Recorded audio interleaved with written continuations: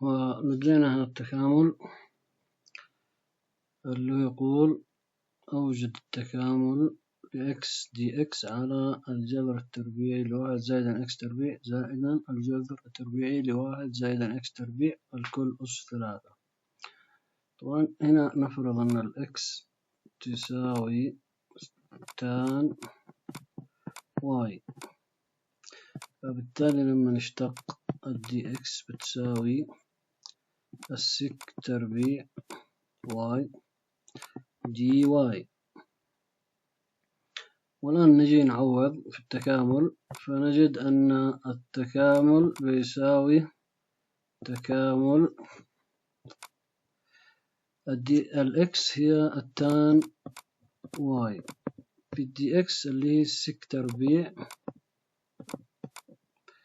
واي دي واي على الجذر التربيعي لواحد زائدا الإكس تربيع هي التان تربيع واي زائدا الجذر التربيعي لنفس الكلام واحد زائدا التان تربيع واي الكل أس 3. طيب الآن نلاحظ إنه معاه هنا الواحد زائدا تان تربيع واي ونفسه هنا هو عبارة عن قانون السك تربيع، إذا بيكون التكامل يساوي تكامل التان واي في السك تربيع واي في دي واي في البسط على الجذر التربيعي لسك تربيع واي زائدا طبعا هنا السك تربيع أس 3 سك أس 6 في جذر السك أس 6 بتخرج سك أس 3 واي. طيب الآن نأخذ عن مشترك في المقام، من تكامل التان واي في السك تربيع واي في المقام نأخذ السك تربيع نأخذ الجذر بيخرج بالسك واي ويبقى تحت الجذر واحد زائدا سك واي، طبعا هنا دي واي.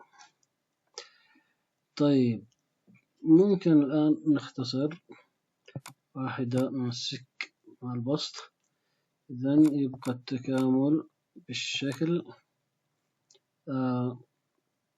التان واي في السك واي دي واي على الجذر التربيعي لواحد زائدا سك واي.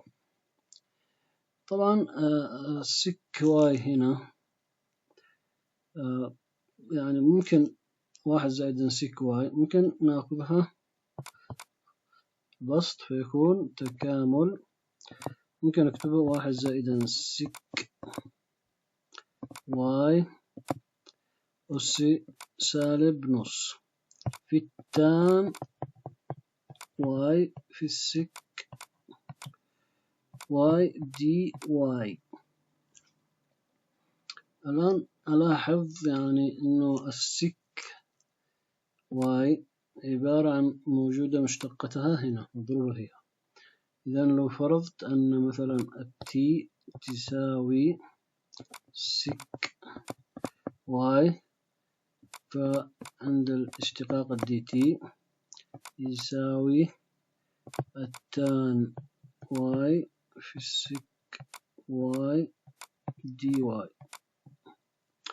ولما أجي الآن أعوض بالتكامل يكون معي تكامل واحد زائدا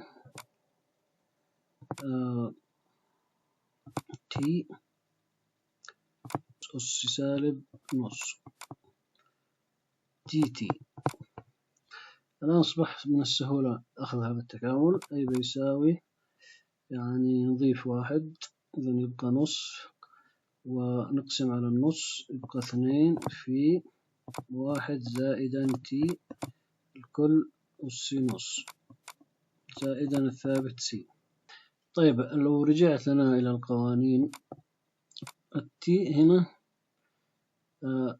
بتكون مساوية للجذر 1 زائدا تان تربيع واي. إذن بيكون التكامل 2 في 1 زائدا جذر 1 زائدا تان تربيع واي الكل أس نص زائدا الثابت سي.